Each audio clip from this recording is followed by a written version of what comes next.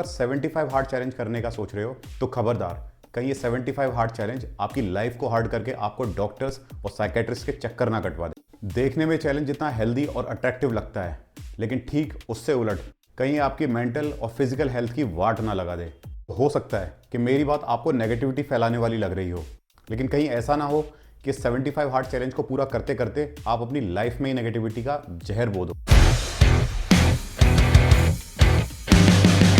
नमस्कार दोस्तों, मैं अभिराज सिंह आप लोगों का स्वागत करता है अपने चैनल फाइट एंड फीस्ट पर। दोस्तों, आज का हमारा टॉपिक है 75 hard challenge could be your ticket to hospital. जी हाँ दोस्तों, आपने बिल्कुल ठीक सुना। 75 हार्ड चैलेंज कहीं आपको डॉक्टर के, साइकेट्रिस्ट के और फिजियोथेरेपिस्ट के चक्कर ना कटवा दे। हो सकता है मुझे इस टॉपिक को करने के बाद काफ़ी हेट मिले, लेकिन मेरा काम है आप लोगों को सतर्क कर। देखिए, 75 हार्ड चैलेंज की बयार हमारे अंकित बायनपुरिया भाई ने इस देश में ला। तो क्या वाकई में 75 हार्ड चैलेंज इतना इफेक्टिव है जितना कि अंकित बायनपुरिया के लिए रहा? देखिए, 75 हार्ड चैलेंज अंकित बायनपुरिया भाई के लिए तो काफ़ी वरदान साबित हुआ उनके यूट्यूब करियर और साथ ही साथ उनकी फाइनेंशियल कंडीशन के लिए। तो क्या हमारे लिए भी वो वरदान साबित होगा? तो उस पहलू पर आज हम लोग बात करेंगे। 75 हार्ड चैलेंज के बारे में अगर मैं बात करूं तो एंडी फिसेला नाम के एक ऑथर, पब्लिक स्पीकर ने 2019 में यूएस में इसका इन्वेंशन किया था और ये एक मेंटल टफनेस प्रोग्राम के नाम से प्रोजेक्ट किया गया था। अगर इसमें शामिल टास्क के बारे में मैं बात करूं तो इसमें आपको 45 मिनट्स के वर्कआउट करने थे, जिसमें कि इंडोर और एक आउटडोर होना चाहिए था। साथ ही साथ आपको बिल्कुल स्ट्रिक्ट डाइट पर रहना था, बिना एक भी दिन चीट किए पूरे 75 दिन। उसके बाद आपको दिन में 10 पेज किसी भी नॉन फिक्शनल बुक के पढ़ने थे और पूरे दिन में आपकी पानी की इंटेक 1 गैलन होनी चाहिए थी, मतलब तकरीबन 3 से 4 लीटर के आसपास। और सबसे एंड में आपको अपना दिन खत्म करना था एक सेल्फी लेके, जिससे कि आप अपने बॉडी की प्रोग्रेस देख सकें कि आप 75 हार्ड चैलेंज में किस तरफ जा रहे हैं। तो 75 हार्ड चैलेंज का नाम जैसे ही हमारे सामने आता है, वैसे ही हमारे दिमाग में आते हैं अंकित बायनपुरिया जी। जी हाँ, अंकित बायनपुरिया जी हमारे देश के स्टार यूट्यूबर और यूथ आइकन बन चुके हैं, वो भी 75 हार्ड चैलेंज करते करते यूट्यूब पर। लेकिन दोस्तों, क्या आपको भी लगता है कि 75 हार्ड चैलेंज को फॉलो करते करते आपकी भी फिजिक अंकित बायनपुरिया भाई जैसी हो जाएगी? तो दोस्तों, सबसे पहले मैं आपको अंकित बायनपुरिया जी के बैकग्राउंड के बारे में बता दूं। उन्होंने अपने इंटरव्यूज़ में बताया है, उस आधार पर मैं आपको बता रहा हूँ कि वो बचपन से ही रेसलिंग में इन्वॉल्व थे। साथ ही साथ उन्होंने ये भी बताया कि वो कट्टे उठाने का और शादियों में फ्रूट चाट तक काटने का काम किया करते थे। इसका मतलब वो अपनी डेली लाइफ में इतनी कड़ी मेहनत करते थे कि जिससे उनकी मसल्स अपने आप ही मैच्योर होकर मजबूत हो गई थी। दोस्तों, मसल्स को मैच्योर करने का तरीका यही है कि आप इस पर जितना लोड डालोगे बचपन से, उतनी ज़्यादा ये मैच्योर और मजबूत होती चली जाएंगी। लेकिन अगर आपके बारे में मैं कहूँ, क्या आप भी अंकित बायनपुरिया जैसी लाइफस्टाइल फॉलो कर रहे हैं? अगर जवाब नहीं है तो आप ध्यान से सुनिए कि 75 हार्ड चैलेंज करने से आपके क्या क्या दुष्प्रभाव और दुष्परिणाम हो सकते हैं। 75 हार्ड डेज की सबसे बड़ी बात थी कि इसमें आपको 75 दिन तक बिना रुके, बिना रेस्ट डे के एक्सरसाइज करनी थी, वो भी 45 मिनट्स के 2 वर्कआउट। दोस्तों, अगर साइंटिफिकली देखें तो हमारी बॉडी को रेस्ट की बहुत ज़रूरत होती है। दोस्तों, हमारी बॉडी कोई मशीन नहीं है जो 75 दिन तक चलती जाएगी और उसमें रेस्ट की ज़रूरत नहीं होगी। हमारी बॉडी को रेस्ट की बहुत ज़्यादा ज़रूरत रहती है, क्योंकि उसी से आपकी मसल रिपेयर होकर आपकी बॉडी में इंजरीज के चांसेस कम होते हैं और साथ ही साथ बॉडी में स्ट्रेंथ को भी बढ़ाता है। तो दोस्तों, अगर हम 75 डेज तक बिना रुके, बिना रेस्ट डे के एक्सरसाइज करते रहेंगे, तो सबसे बड़ा चेंज जो आपकी बॉडी में आएगा वो ये आएगा कि आप पूरे दिन थके थके महसूस करने लगेंगे। आपकी बॉडी इंजरीज से भर जाएगी, क्योंकि आपकी बॉडी को रिकवरी का टाइम ही नहीं मिलेगा। इंजरीज की मैं बात करूं तो मैं आपको एक चीज़ बताना चाहूँगा कि भारती जी जो हमारी कॉमेडियन है, उनके जो यूट्यूब चैनल पे पॉडकास्ट में अंकित बायनपुरिया जी आए थे।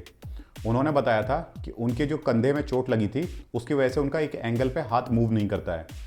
तो वो काफ़ी हद तक कारण हो सकता है कि वो 75 हार्ड चैलेंज के दौरान रिकवर ही ना कर पाए हों और इसीलिए उस इंजरी को लेकर अभी तक घूम रहे। दोस्तों, अगर डाइट के बारे में बात करें 75 हार्ड चैलेंज की, तो इसमें बताया है कि आपको एक भी दिन चीट नहीं करना है पूरे 75 डेज तक, जो कि सही नहीं है। चीट डे ऐसा खाना होता है जिसमें आप अपनी मनपसंद का खाना खा सकते हैं। दोस्तों, ब्रेन के लिए भी आपको अपनी मनपसंद का खाना मिलना बहुत ज़रूरी है, क्योंकि अगर ऐसा नहीं हुआ तो आप बहुत जल्दी एंग्जाइटी और डिप्रेशन से घिर जाओगे और आपको साथ ही साथ अपने गोल्स अचीव करने में बिल्कुल भी मज़ा नहीं आए। देखिए दोस्तों, चीट डे सुनने में तो महापाप जैसा लगता है, लेकिन अगर मैं आपको सही बताऊं तो आपको लाइफ में चीट करने से बिल्कुल बचना चाहिए, लेकिन आपको डाइट में चीट जरूर करना चाहिए। वो इसलिए कह रहा हूँ क्योंकि अगर आप चीट करेंगे तो आप खुद देखना, आपका मूड बहुत ज़्यादा एलिवेट हो जाएगा और साथ ही साथ आप अपने गोल को अचीव करने के लिए मोटिवेटेड रहेंगे।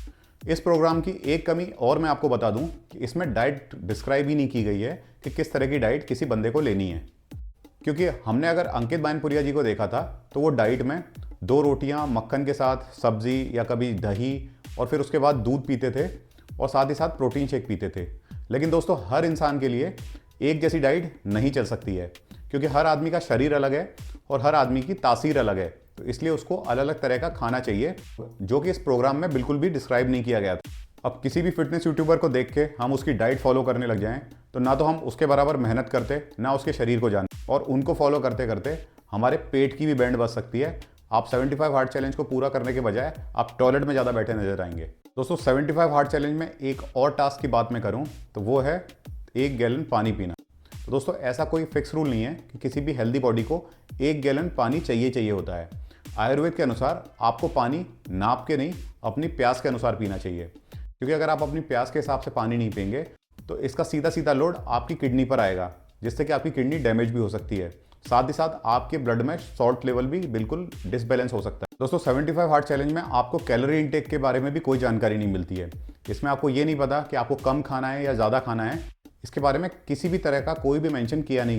तो दोस्तों अगर आप कैलोरी इंटेक कम रखेंगे तो इस प्रोग्राम को करते करते आपको कमज़ोरी भी आ सकती है, और अगर आपने अपनी कैलोरी इंटेक ज़्यादा रखी तो इससे आप उल्टा मोटे और होने लग जाएंगे।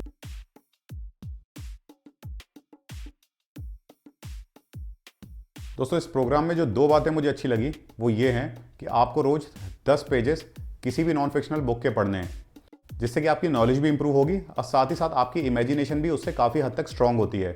दोस्तों काफ़ी हद तक टीवी मोबाइल ये सब चलाते चलाते हमारा माइंड इतना ऑक्यूपाई हो जाता है कि हमारे खुद के विचार आने ही बंद हो जाते हैं। इसके लिए आपको अपना आधे से 1 घंटा किसी भी बुक को पढ़ने के लिए डेडिकेट करना चाहिए, ताकि आप थोड़े क्रिएटिव हो पाएँ। आजकल की ये सबसे बड़ी समस्या है कि बच्चे इसलिए क्रिएटिव नहीं हो पा रहे हैं क्योंकि वो वीडियो गेम्स और मोबाइल में इतने व्यस्त रहते हैं कि उनको अपने खुद के थॉट्स आने ही बंद हो गए। दूसरी सबसे अच्छी बात इस प्रोग्राम की ये है कि आपको डेली सेल्फी लेनी है अपनी बॉडी की। दोस्तों ये इसलिए अच्छी बात है क्योंकि इसमें आप अपने बॉडी बिल्डिंग के रोड मैप को पूरी तरह से ट्रैक कर पाएंगे और आप ये पता कर पाएंगे कि आपके ऊपर एक्सरसाइज और डाइट का किस तरह से असर हो रहा है। तो ये चीज़ मुझे इसमें काफ़ी अच्छी लगी।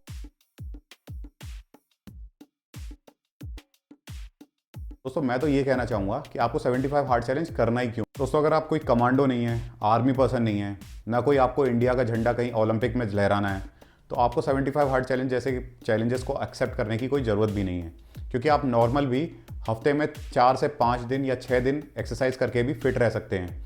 आपको इतने स्ट्रिक्ट डाइट, इतने स्ट्रिक्ट एक्सरसाइज रिजीम को फॉलो करने की कोई ज़रूरत नहीं है। और वैसे भी यार अगर किसी चीज़ की अति करोगे वो आपकी बॉडी या आपके मेंटल हेल्थ पे असर डालेगी। इसीलिए तो कहा गया है ज्ञानी जनों ने कि अति सर्वत्र वर्जेत। और इसी संदर्भ में भगवान बुद्ध ने भी कहा है कि आपको हर चीज़ का मध्यम मार्ग अपनाना चाहिए। अपने शरीर को और दिमाग को कष्ट देने से आपको कुछ भी नहीं मिलेगा, ना तो भगवत प्राप्ति होगी, ना किसी भौतिक सुख की प्राप्ति होगी। जानता हूँ दोस्तों एंड में बाबा जी वाला ज्ञान कुछ ज़्यादा हो गया, लेकिन मेरा काम था आपको सतर्क करना। तो आप खुद देखिए कि आप किस तरह की लाइफस्टाइल जी रहे हैं और 75 हार्ट चैलेंज आपके ऊपर किस तरह का इम्पैक्ट डाल सकता है। तो ये तो था हमारा टॉपिक 75 हार्ट चैलेंज को लेके। अगर आपको इसी तरह के fitness related, diet related updates चाहिए तो हमारे चैनल फाइट एंड फीस्ट को सब्सक्राइब कीजिए। तब तक के लिए ओवर एंड आउट दोस्तों।